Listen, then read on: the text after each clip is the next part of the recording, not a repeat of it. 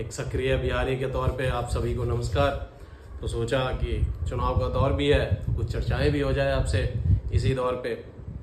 और क्योंकि बिहार से हम हैं और आप देख रहे होंगे कि मुरैठा बिहार की एक शान होती है, तो ये भी ज़रूरी है।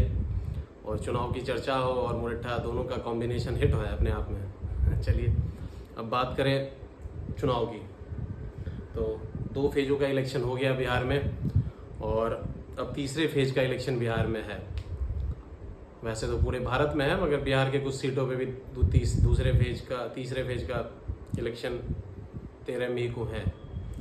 और बिहार में राजनीति अपने चरम पे है। मुख्य रूप से आरजेडी, जेडीयू, कांग्रेस और बीजेपी, इन पार्टियों के बीच में इलेक्शन है। वैसे तो इंडिया गठबंधन और एनडीए के बीच में मूलभूत चुनाव है और हर पार्टी अपने आप में एक अलायंस बना के तैयार है, उस पर नहीं जाते हैं। सबसे पहले हम बिहार के हैं तो बिहार के बारे में एक हल्की संरचना देखना चाहते हैं कि बिहार कहाँ से कहाँ, किस स्तर से किस स्तर पे आ गया। एक सक्रिय बिहारी के तौर पे जब देखते हैं तो प्राचीन काल का बिहार, जैसे मूल रूप बिहार 3 भागों में आप बिहार को बांट के देखिए। एक प्राचीन बिहार, एक मध्यकालीन बिहार और एक नवीनतम बिहार। प्राचीन कालिक बिहार जो वो बिहार था, आप उसे उस दृष्टिकोण में देख सकते हैं जिसे आप पाटलिपुत्र कहते हैं, जो मगध की राजधानी हुआ करती थी पाटलिपुत्र, जिसके शासक हुआ करते थे चंद्रगुप्त मौर्य और अशोक सम्राट। और हम उस बिहार की बात कर रहे हैं जहां नालंदा यूनिवर्सिटी अपने आप में एक ऐसी यूनिवर्सिटी थी जहां देश विदेश से बच्चे आते थे पढ़ने के लिए। जैसे अभी के तर्ज पे ऑक्सफोर्ड है, उस तर्ज पे बिहार हुआ करता था नालंदा यूनिवर्सिटी। आप उनकी बिल्डिंग, उसकी एसेसरीज, उसकी लाइब्रेरी देखिएगा तो आपको लगेगा कि ये यूनिवर्सिटी से अच्छी यूनिवर्सिटी हो नहीं सकती है। मगर हाँ, राजनीति अपने चरम पे थी और मुगलों का शासक उस समय था। अब नस्त नाबूद कर दिया नालंदा यूनिवर्सिटी को, ताकि ना बच्चा का पढ़ाई लिखाई सारा चौपट हो जाए। चलो कोई उसकी बात नहीं करते हैं। अब बात करते हैं कि महापुरुषों की। प्राचीन काल के बिहार में ऐसे ऐसे महापुरुष थी। ये धरती वो धरती है जो बौद्ध की धरती है, ये जैन की धरती है, ये बौद्ध की धरती है, ये जैन की धरती है, ये चंद्रगुप्त मौर्य की धरती है, अशोक सम्राट की धरती है, बाबू कुंवर सिंह की धरती है, रामवृक्ष बेनीपुरी की धरती है, डॉक्टर राजेंद्र प्रसाद की धरती है। ये धरती जितने भी महापुरुष हो सकते हैं बिहार में, उनकी धरती है। जयप्रकाश आंदोलन की धरती है, ये की भूमि है। ये चंपारण सत्याग्रह 1917 में चंपारण सत्याग्रह हुआ था, वो उसकी भूमि है। बाबू कुंवर सिंह के नेतृत्व में 1857 की क्रांति जो हुई थी, उसकी भूमि है ये बिहार। ये नवीन कालीन बिहार ऐसा बिहार है जो अपने आप में गौरव रखता है पूरे विश्व में और राज्यों में सबसे अनमोल राज्य हुआ करता है। मगर ये बिहार एक बिहारी तक कैसे पहुंचा, ये शब्द एक जो जिसको कहते हैं बिहारी, एक जब शान हुआ करती थी, मगर आज बिहारी एक गाली बन गई। ये हुआ कैसे? हम जैसे आक्रोशित बिहारी जब देखते हैं तो ये हुआ कैसे? जब 80 और 90 के दशक में बिहार, ये पहले का बिहार जो बिहार था और अभी के बिहार में जमीन आसमान का फर्क हो गया। मध्यकालीन बिहार में जब 90 और 80 के दशक की राजनीति आई, उस समय जयप्रकाश आंदोलन से निकले हुए 2-3 महायोद्धा, जिसे कह सकते हैं कि चुनाव अखाड़ा में महायोद्धा हुआ करते थे, जैसे लालू प्रसाद यादव, नीतीश कुमार, रामविलास पासवान, सुशील कुमार मोदी, ऐसे बहुत ऐसे राजनीतिज्ञ हुआ करते थे। मगर उनमें से सबसे शासन मिली किसको? शासन मिली श्रीमान लालू यादव जी को। और लालू यादव सोशल इंजीनियरिंग में बहुत अच्छे लीडर हो सकते हैं। उनसे अच्छा लीडर सोशल इंजीनियरिंग में कोई नहीं हो सकता है। वाकई दबी कुचलों की राजनीति करते थे और वाकई अपने आप में एक अच्छे राजनीतिज्ञ थे लालू यादव, मगर एक कुशल शासक नहीं हो सके। अगर कुशल शासक होते तो बिहार अपनी दुर्दशा पे रोता नहीं आज की डेट में। वो सिर्फ MY समीकरण के अलावा उन्हें A to Z की समीकरण, जैसे आज हमारे जो उनके पुत्र है तेजस्वी A to Z की समीकरण कहते हैं, ठीक है, करना चाहिए। एक कथनी और करनी में फर्क होता है। ठीक है, आप पे विश्वास लिया किया जाएगा, आप युवा हैं, आपकी बात पे विश्वास भी किया जाएगा। मगर मैं उस बिहार की बात कर रहा हूँ जिस समय किडनैपिंग, स्नैचिंग, अपहरण एक उद्योग बन गया था। हर गली मोहल्ले में नुक्करों पे अपहरण का उद्योग चलता था। हर डॉक्टर, हर ठेकेदार, हर मारवाड़ी, हर बच्चा सुरक्षित महसूस करता था। स्कूल से निकलते हुए गेट पे उनके पेरेंट्स करे होते थे, ना कि मेरे बच्चों को कोई किडनैप ना कर ले। फिरौती वसूली जाती थी क्योंकि उद्योग था नहीं, कहीं पे लड़के बेरोजगार घूमते रहते थे। और यहाँ पे एक वर्क कल्चर है, अगर आप किसानी करते हैं, अगर आप गाय पालते हैं या कुछ ऐसा काम करते हैं बिहार में, तो सबसे बड़े आपको हीनता से देखा जाएगा। यही दूसरे स्टेटों में इसे गर्व से देखा जाता है। तो ये वर्क कल्चर का यहाँ सबसे बड़ा अंदर है। यहाँ नौकरियों के तौर पे सिर्फ सरकारी नौकरियों को मान्यता मिलती है, प्राइवेट नौकरियों का कोई पूछ नहीं होता बिहार में। चलो ठीक है, इस पे भी बात नहीं करते।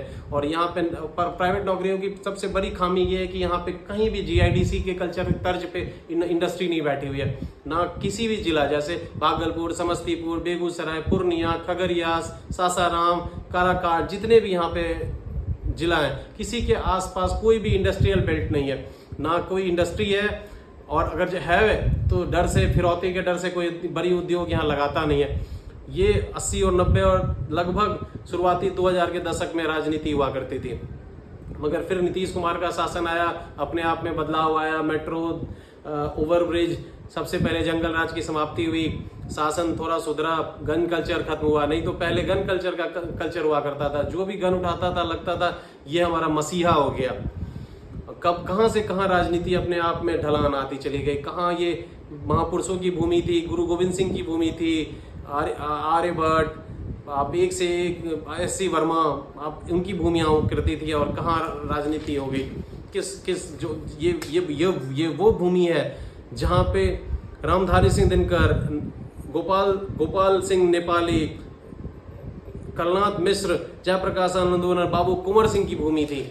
और कहाँ उद्योग के क्षेत्र में बिहार इतना नीचे चला गया। ये वो भूमि है जहाँ जो भारत रत्न प्रदान किया था किनके, जयप्रकाश आंदोलन, बिस्मिल्लाह खान और राजेंद्र प्रसाद जो यहाँ पर भारत रत्न हुआ करते थे। मनोज सिन्हा, इम्तियाज अली, प्रकाश झा, फिल्म उद्योग में इन्होंने अपना डंका बजा लिया था। ये सब ऐसे थे। आप महेंद्र सिंह धोनी, ईशान किशन, कीर्ति आजाद, रश्मि सिंह, ये सब ऐसे प्रतिभाएं थे जो खेल कूद के क्षेत्र में। मगर ये सारे बिहारी वो हैं जो बिहार से बाहर जाके सक्रिय होके बाहर में अपने आप को बनाए, उसके बाद बिहार में आए। आप एक चीज़ मैं उदाहरण के तौर पे देना चाहता कि आप देखिए, सबसे ज़्यादा इंजीनियर कोटा राजस्थान से निकलते हैं, या डॉक्टर। पढ़ने वाला बिहारी, पढ़ाने वाला बिहारी, पोछा करने वाला बिहारी, झाड़ू मारने वाला बिहारी, स्वीपर बिहारी, वहाँ पे टीचर बिहारी, सारे कल्चर बिहारी, मगर एडमिनिस्ट्रेशन राजस्थान का। मुखर्जी नगर में जाइए, सत्तू पी के 5-5 सालों में, 10-10 सालों में यूपीएससी निकालता है। सारे स्टूडेंट, सारी दुकान, ठेला, चाय, बिस्किट, सारे बिहारी वहाँ पे, मगर एडमिनिस्ट्रेशन दिल्ली का। क्या दिक्कत है हमारे स्टेट में कि सब स्टेट, आप एक कल्चर है कि बिहार में रह के आईएएस निकाल लेते हैं। बिहार में रह के कोई आईएएस नहीं निकालता, सबको बिहार से बाहर जाना पड़ता है। चाहे आईएएस निकालना हो, चाहे जेईई निकालना हो, चाहे कोई भी इंजीनियरिंग के एग्जाम भी निकालना हो, सब बिहार से बाहर जाके अपनी किस्मत आजमाते हैं। तो कहने का मतलब है ये मध्यकालीन बिहार है। और अभी के बिहार में, अभी का बिहार का ये हाल है कि जो हमारे राष्ट्रीय जनता दल के प्रमुख हैं लालू यादव, उनके 4 पुत्र और पुत्रियां हमारे भाग्य का फैसला कर रहे हैं। पुत्र तेजस्वी यादव युवा है, जोश में है, अच्छा है कि आप राजनीति कर रहे हैं, मगर आप खेल के क्षेत्र में जब बिल्कुल असफल हो गए। क्रिकेट सभी खेलता है, 10 के एवरेज से फर्स्ट क्लास क्रिकेट में रन बना रहे हैं। अगर फर्स्ट क्लास लिस्ट ए और लिस्ट बी तीनों मैच को देख लिया जाए तो कम से कम 100 रन भी नहीं है इनकी, 100 रन। ये क्रिकेटर अपने आप को क्रिकेटर कहते हैं मैं आईपीएल खेल रहा हूँ, ये क्रिकेटर है हमारे। ये इनकी प्रतिभाएं हैं। पढ़ाई के क्षेत्र में 9वीं पास नहीं कर पाए। जो लालू यादव जी पूरे बिहार की बच्चों की भाग्य लिखे रहते, वो अपने बच्चों को 10वीं पढ़ा नहीं पाए। और दूसरे नंबर हमारे सबसे बड़े तेजू भैया। आप एक राजा बाबू करके एक मूवी हुआ करती थी, आप देखे होंगे, गोविंदा की एक मूवी हुआ करती थी राजा बाबू। वो सेम कैरेक्टर है हमारे तेजू भैया। कभी वो इंजीनियर बन जाते हैं, कभी वो फिल्म स्टार बन जाते हैं, कभी वो साइकिल चला लेते हैं, कभी वो पुजारी बन जाते हैं, कभी वो नेता बन जाते हैं, कभी वो जिम इंस्ट्रक्टर बन जाते हैं, कभी यूट्यूबर बन जाते हैं, कभी कुछ भी बन सकते हैं। बोला तेजू भैया हैं। मगर उनको भी राजनीतिक तौर पे स्थापित कर दिया गया बिहार में। वो हमारी भाग्य विधाता है, वो हमारा आईना, मतलब वो हमारा रिप्रेजेंटेटिव है हमारे। अब आइए उनकी बड़ी बेटी मीसा भारती के बारे में बात करें। पाटलिपुत्र से 2 बार रामकृपाल यादव जी ने उन्हें हराया, 14 और 19 में, फिर भी राज्यसभा में उनको उनके पिताजी ने भेज दिया। अब देखिए, और तीसरी बार वो फिर इस बार पाटलिपुत्र से खड़ा हो रही है। मतलब आपको जनता नकार दिया, फिर भी आप राजनीतिक तौर में, क्योंकि आप लालू यादव की बेटी हैं, आपको टिकट मिलेगा। अगर कोई भी दूसरा उम्मीदवार होता उस सीट से तो कभी उन्हें टिकट नहीं देता, मगर ठीक है, क्योंकि आप लालू जी की बेटी हैं, आपको टिकट मिलेगा। अब देखिए, दूसरे नंबर की बेटी हमारी आचार्य जी जो है, फेसबुक ट्विटर पे सक्रिय रहती हैं, उनका सीधा टारगेट मोदी होता है। अभी कहावत है कि घोड़ा कूदे, हिंदी में कहावत है, घोड़ा कूदे हाथी कूदे तर पीछे नरगद्दी कूदे।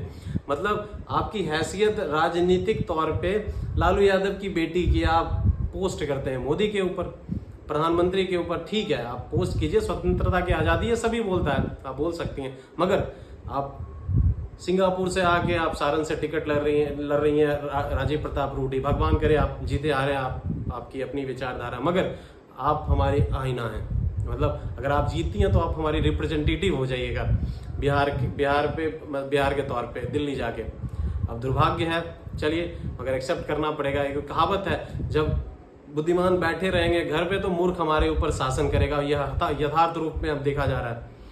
तो अब आपको चुनाव करना है, तेरे को इलेक्शन है, क्या करना है, हमें कौन सा बिहार चुनना है, प्राचीन काल का बिहार, मध्य काल का क्या, कि नवीनतम बिहार में से कौन सा बिहार चुनना है।